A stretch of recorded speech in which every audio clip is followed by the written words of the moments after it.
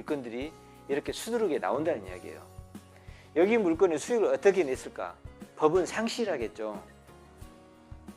제가 운이 좋았던 게 이때 당시만 하더라도 지금은 인공위성이 발달되고 로드부가 발달돼서 현장에 안 가도 알 수 있는 부분이 나와요.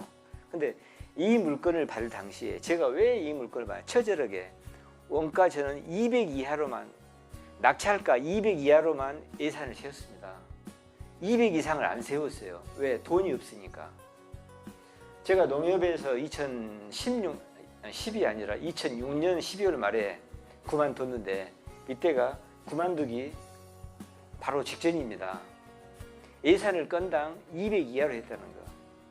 제 개인사를 말씀드리면 다른 것은 몰라도 제가 신용불량에서 회복된 지가 불과 4년 정도밖에 안 됐습니다.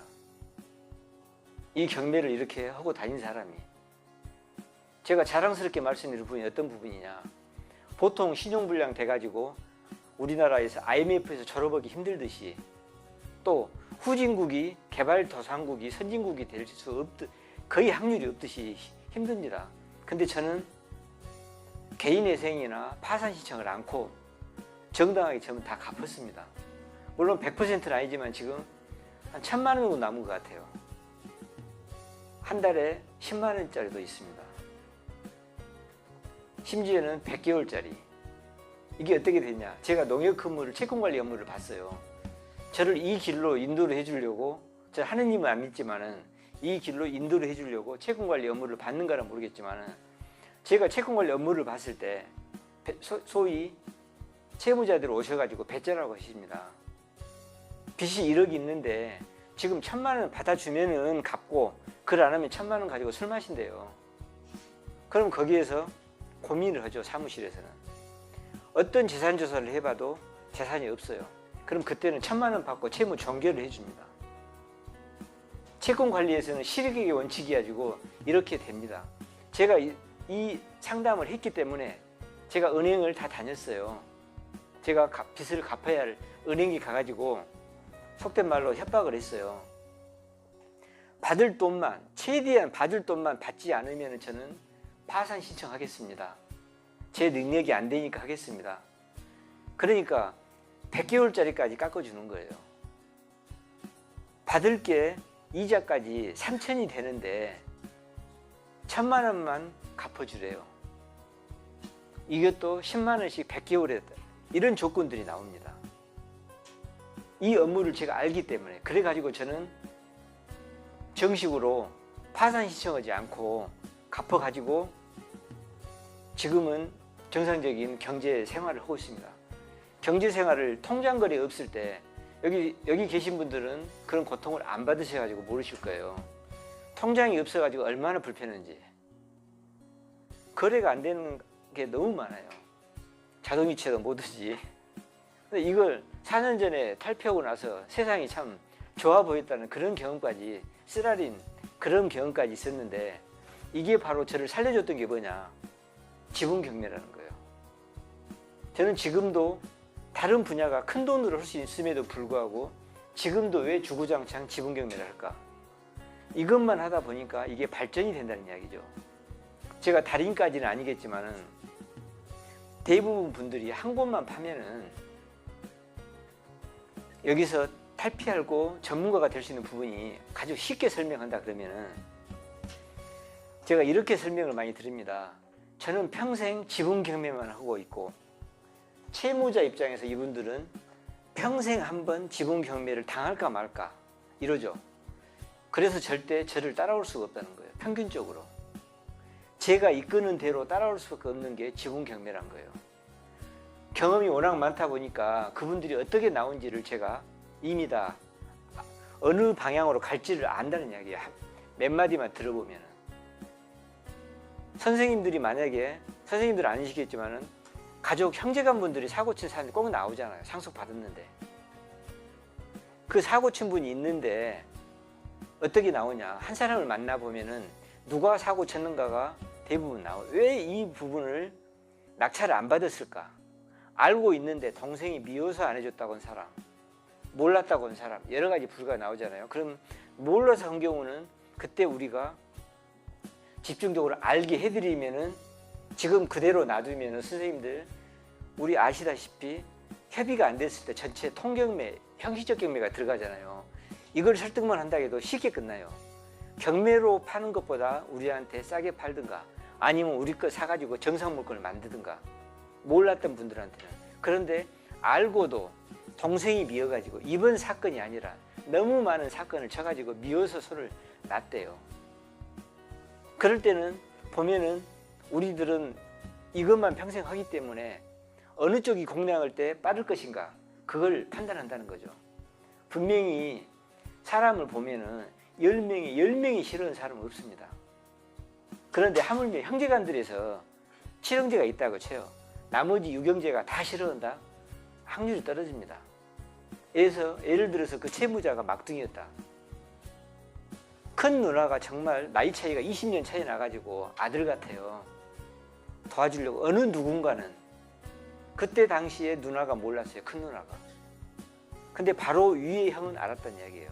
그러면 우리가 누구한테 공략을 할 것인가? 이 타켓트가 나온다는 이야기예요. 여러 번 경험하면 풀 수 있는 게. 그러면 몰랐던 사람은 거기서 파악을 해요. 예를 든다면. 그럼 누나가 재력도 있고 막내 동생을 좀 짠하게 생각한다.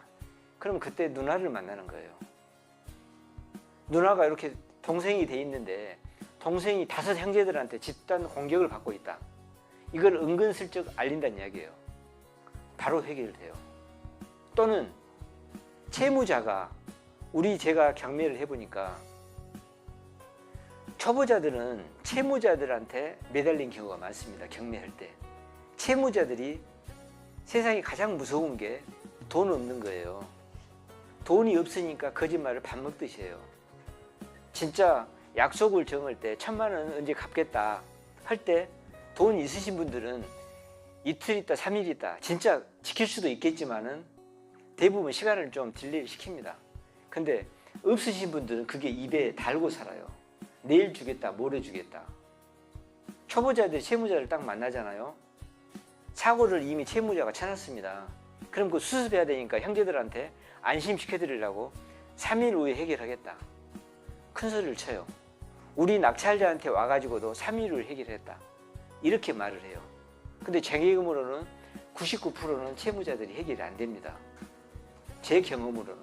그러면은 정확히 깨트르고 여기에 집중적으로 파고 들어가면은 채무자한테도 채무자도 살리고 우리도 살 수 있는 방법이 나온다는 이야기예요. 어떻게냐?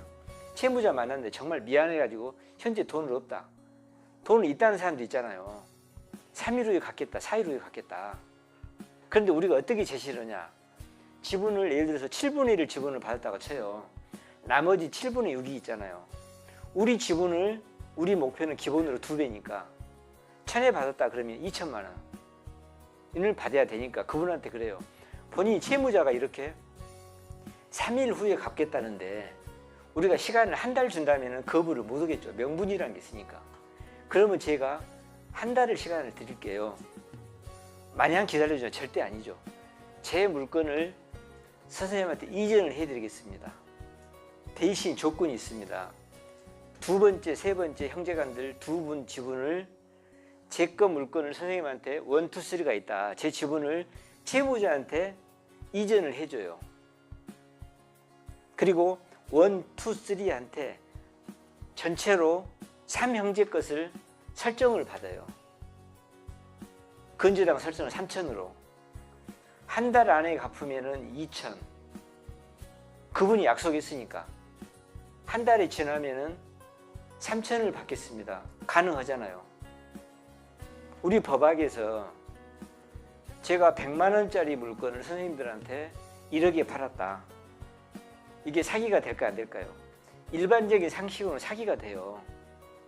근데 우리 지금 여기 중개사분도 계시겠지만은 가격에 관한 것은 중요 부분에 착오가 아니어가지고 취소 무효를 할 수가 없어요. 이게 만약에 엎어져 버린다 그러면은 우리나라 모든 물건들이 소송에 휘말릴 겁니다. 내가 착오로 당했다, 사기 당했다 해가지고 전부 무효를 시켜달라 하면은 모든 물건들이 당장은 아니겠지만 계속 사건이 나옵니다. 그래서 전혀 문제가 안 돼요. 그럼 이분들이 어떻게 나오냐? 결론은 돈이 없다는데 바로 빠져나올 수 없잖아요. 나머지 지분권자가 물건이 좋아가지고 다 속된 말로 먹고 싶을 때는 작전을 치겠지만은 그러지 않고 상황을 보니까 빨리 빠져나와야 되겠다 판단이 들었을 때는 세개 지분을 근저당 3천을 받는다는 이야기예요. 그래놓고 한 달 안에 갚으면 2천, 한 달이 넘었을 때는 우리가 경매로 정식으로 의무경매를 신청할 수 있잖아요. 그러면 그분들 재산이 3천만이 날아가는데 어떻게 되겠어요? 수익이 쉽게 해결할 수 있다는 이야기죠.